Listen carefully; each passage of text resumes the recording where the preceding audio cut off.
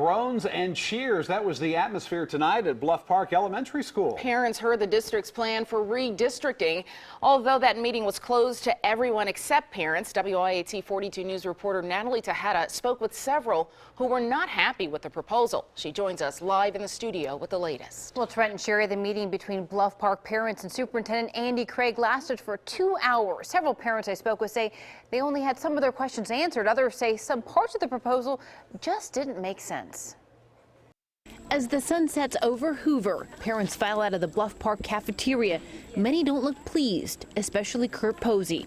We live literally 2 minutes away from the school. It takes me 2 minutes every day on my way to downtown to work to move over here and you know, drop her off every morning.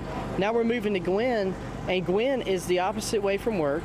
My wife would probably have to take her. Which is why Posey's so frustrated. He says he moved here specifically to attend this school. I'm looking at my options. Do I stay here? Do I go to Gwen, which I'm not saying anything about Gwen, it could be a good school, or do I say, you know what, I'm looking at Vestavia and I'm looking at Homewood. Redistricting is just the latest issue to affect the Hoover district. Last year, they planned to eliminate bus service. Now, this redrawing of the elementary school attendance lines will depend heavily on buses to get students from one end of the city to the other. They'd have to either be dropped off by the parents or the bus. There'd be no chance for them to be within walking distance of school. No, I wouldn't suggest walking that route.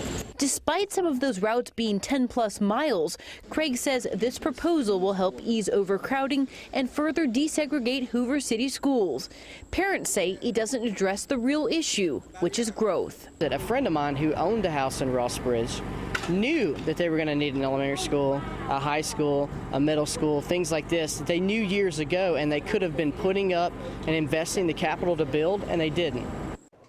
Now, at this time, the redistricting is only in the proposal stage. Nothing is yet set in stone, but we also have no word on any additional meetings that could have been planned, whether public or closed. In the studio, Natalie Tejada, WIAT 42 News, coverage you can count on.